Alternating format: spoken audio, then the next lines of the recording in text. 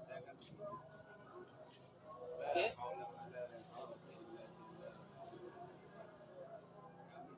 daya upaya melainkan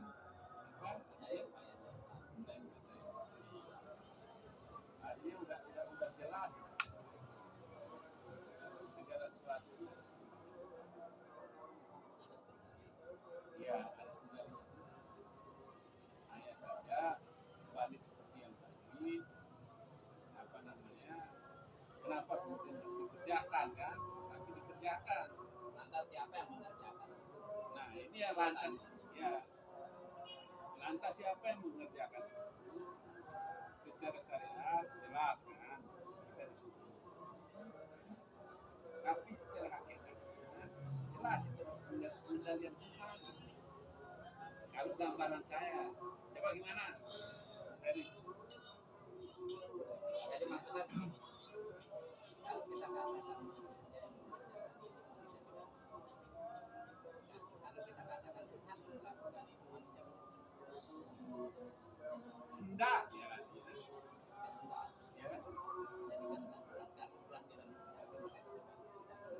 Tidak akan melakukan kehendak. Kalau antara Tuhan dan hamba kan kehendak.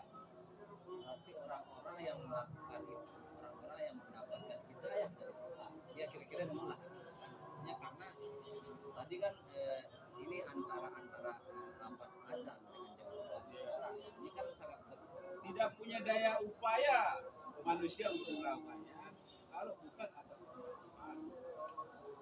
Nah beribadahlah manusia. Padahal dia sudah mengatakan dirinya tidak menjadikan ya, itu adalah melainkan sebuah kehendak. Dia melakukan itu karena kehendak Tuhan, kehendak pemiliknya. Kalau ini gambaran sederhana saya sih. Terus misalnya kalau orang-orang yang tidak melakukan itu juga bagian dari kehendaknya Tuhan. Berarti Tuhan menghendaki orang tidak melakukan itu juga jadinya. Iya, karena kan contoh saja banyak kemudian yang kita katakan ulama, banyak kita katakan ustaz, banyak kita katakan orang dekatnya Nabi, kan? Orang dekatnya Rasulullah. Pada akhirnya dia juga masuk neraka. Dia tidak mampu mengikuti kan Rasulnya. Kan ini misalnya Talut zaman Nabi Nuh. Ya, ibunya kan, anaknya, istrinya, anaknya. Sedangkan bapaknya seorang Rasul, seorang Nabi. Siapa yang punya kehendak ini?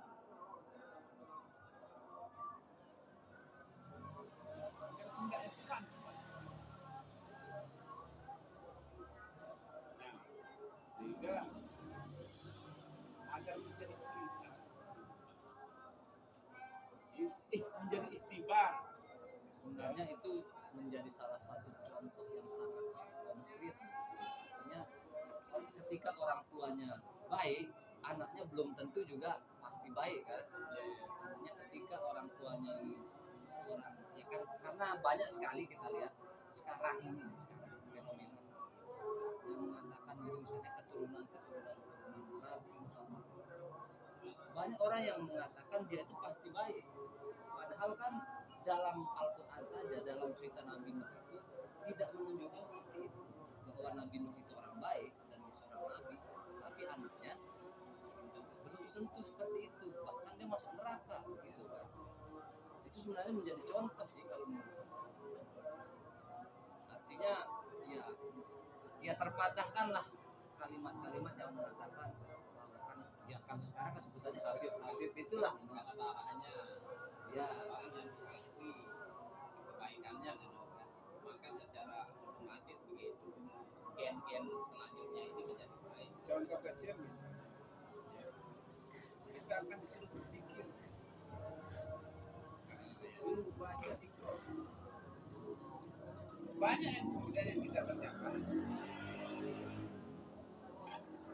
dia kita gawe gitu ya, tapi dalam perjalanan apa yang kita kerjakan itu tiba-tiba mengkol dalam perjalanan, tidak lurus dengan apa yang kemudian menjadi akal kita ini, menjadi rasio berpikir kita itu. Ini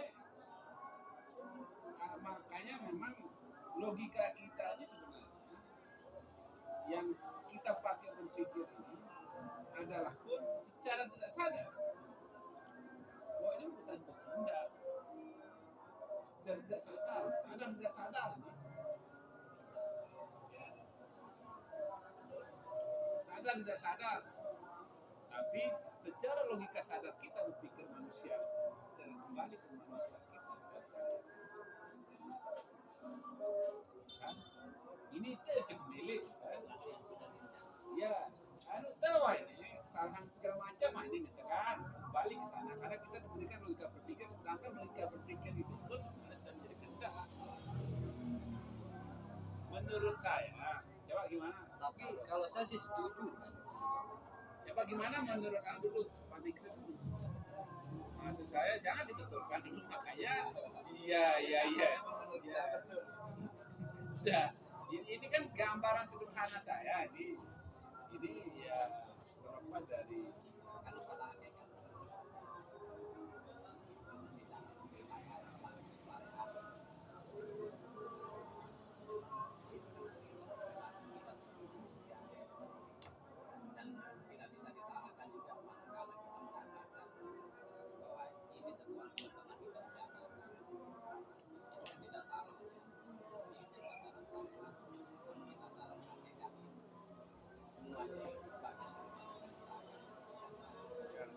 harus saja.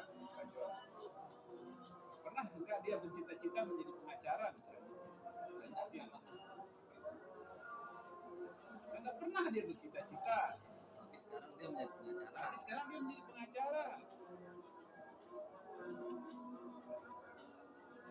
Apakah kemudian logika berpikir ini mengatakan kehendak total dari manusia itu sendiri? Kehendak total lah. Hanukku, ini milik segala macam. Karena ada syarat ikhtiar yang ada. Ya, kehendak total. Cuman kan apa namanya? Selalu kehendak total kita ini tidak menjadi jelas kadang-kadang. Selalu dia berbeda. Berarti kalau kita berbicara bagaimana kalau berbeda? Selalu dia berbeda. Tafsir kita berbeda. Artinya dengan cara bertentangan dengan keinginan. Menurut saya begini.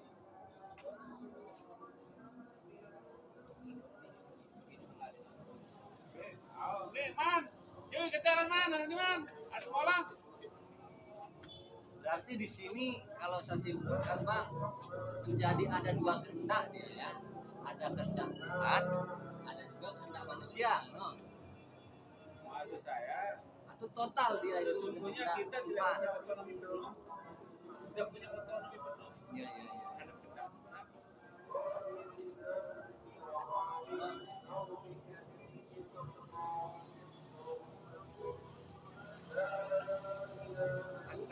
yang dari segi analogi misalnya.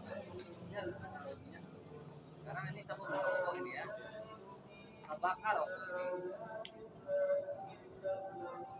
Nyala rokok ini. Oleh saya sendiri, apakah ini kehendak Tuhan atau kehendak saya?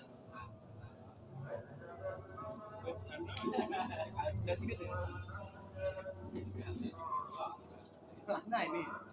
Nah perkara rokok ini apakah ini kehendak Tuhan atau kehendak saya? Kalau kita berbicara maknanya secara balik secara hakikat, mungkin sekarang barang mengatakan itu Selamat. negara tentu ya doang. Misalnya taruh ini benda itu, kamu itu bet roh itu, roh ini. Ketika saya ingin menyalakan rokok, saya langsung dicabut nyawa saya. Masa saya siapa yang memiliki roh? Roh kehidupan ini ente enggak yang punya itu. Tuhan gitu. Artinya otonomnya roh ini kan maksud saya yang mengendalikannya siapa itu? Nah,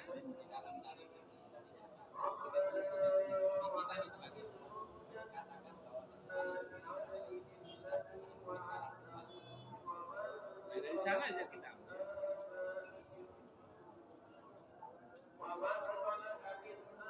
Sadar kita secara logika berpikir kita bahwa kita yang punya kehendak ya. Ini logika sadar kita, tapi logika sadar ini adalah sudah menjadi kehendak.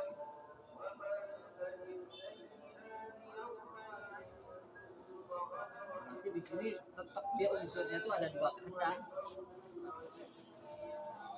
Kehendak saya secara fisik dan kehendak Tuhan secara ya secara tidak langsung, no. Secara rohani. Artinya begini, kalau speaking, kalau di realnya saya, kalau kita kembali injak kan.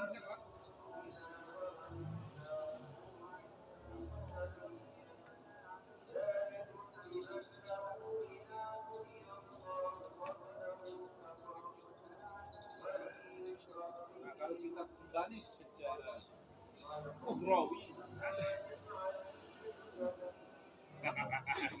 malah ngeri ukhrawi aja.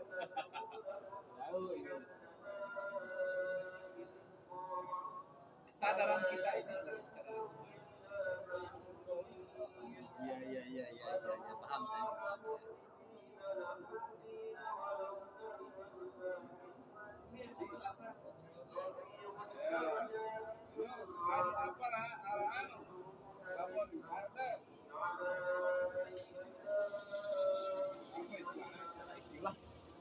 roh kehidupan lah.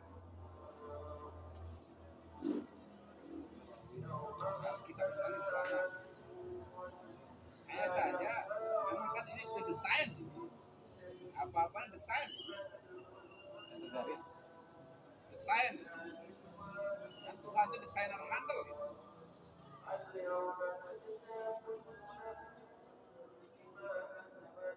Kita sadar apa yang kita lakukan, kita yang sedang melakukan, kan? Manusia itu sendiri. Tapi kan marah karena kan ini desain. Kalau kita berbicara lebih dalamnya,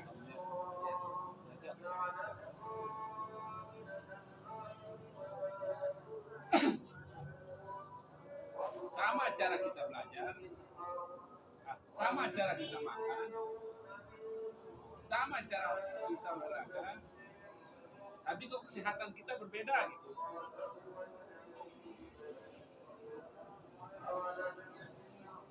Sama cara kita membaca, sama cara kita belajar menulis, tapi pemahaman kita bisa beda. Sama ayat yang kita baca. Ini kan desain doang nih. Ada narat perdebatan, ada narat sering ceritaan. Berarti terjawab ya apa yang diinginkan Tuhan tentang perbedaan itu dalam ayat gitu ya. Tapi secara spesifik tadi belum dijawab itu pertanyaan. Itu makanya pemahaman saya Karena itu dipertanyakan kembali kepada penanya. enggak, maksud saya itu Secara spesifik itu siapa dulu yang merokok ini dulu itu pemahaman saya, maksud saya.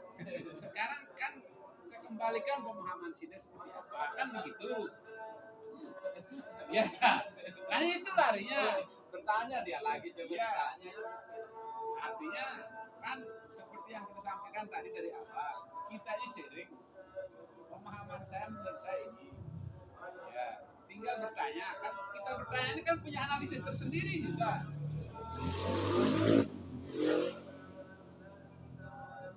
Dari itu, nah kecuali misalnya anak SD, dia bertanya karena memang tidak tahu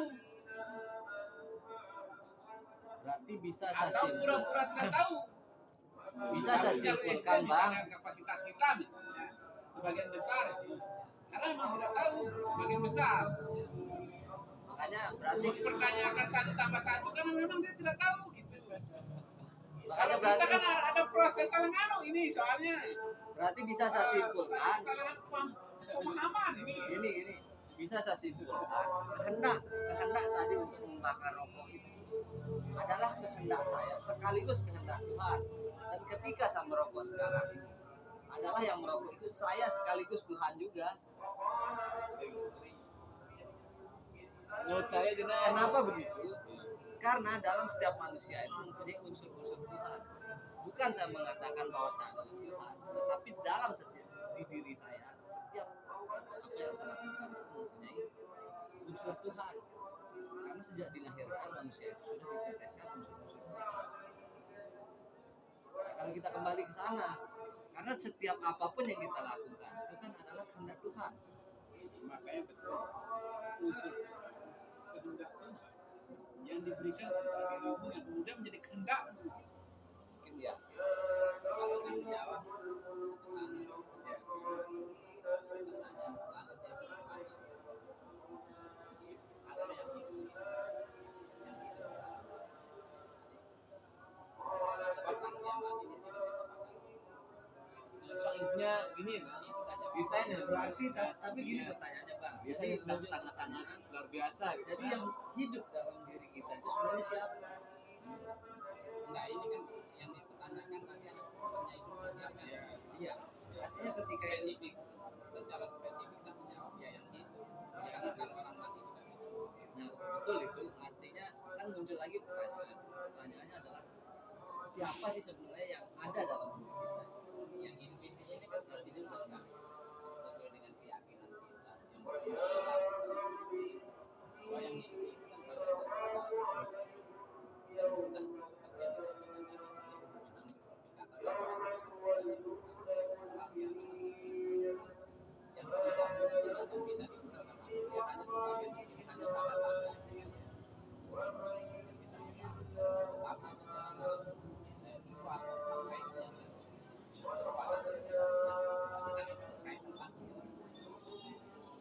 inilah yang kenapa kita hidup dengan rahasia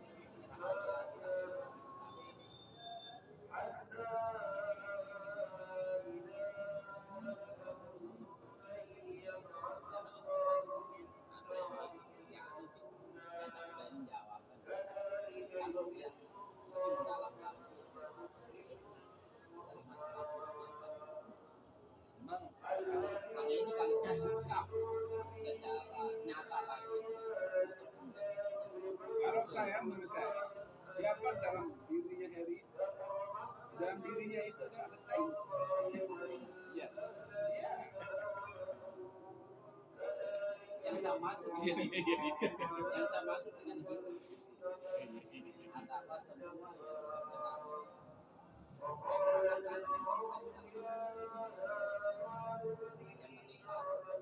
mendengar kata-kata itu kan yang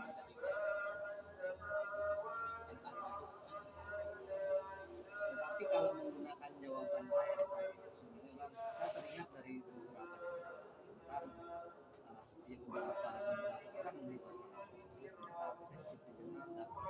Mungkin pernah dengar di mana dia pernah mengatakan dirinya adalah Tuhan. Ya ini sangat berkaitan dia dengan apa yang saya katakan dari jawaban saya tadi. Ketika saya merokok, yang merokok itu saya sekaligus Tuhan. Tapi orang bisa menafsirkan ini keliru.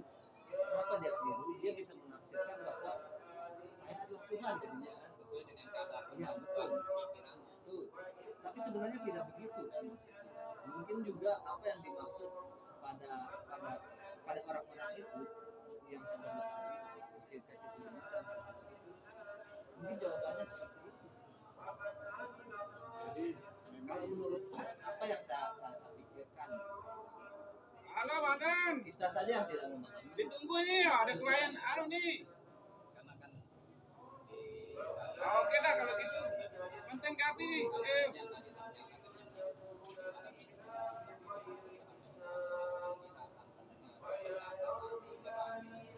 dan semuanya itu dijelasin engkau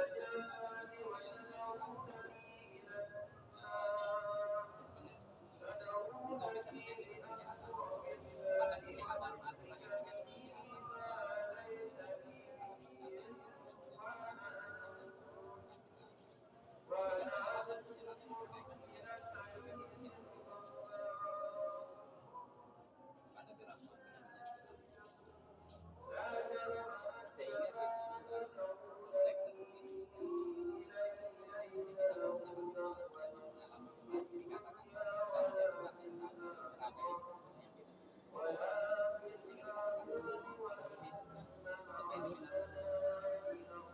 inilah kesamaan. Ya, ini keyakinan kita sebagai karena ini berkaitan. Nah, tetapi secara sederhana tetap kalau saya jawab karena orang mati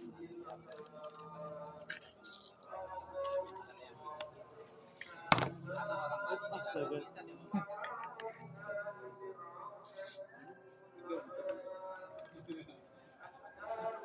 Udah ngopi langganan ke sini. Secara sederhana saja. Ini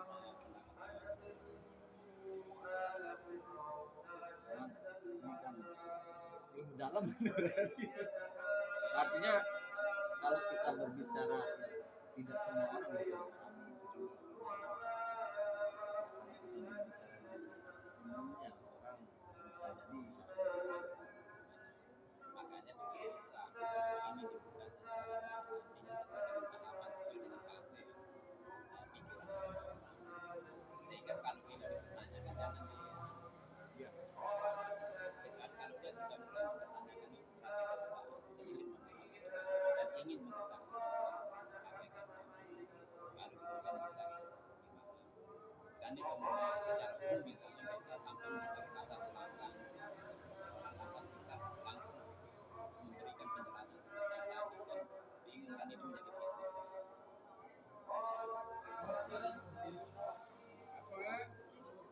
baik, terima kasih. Inilah bincang-bincang kita mengenai ilmu dalam kalau bahasanya Sufi Soeharno. Terima kasih, sampai ketemu kembali.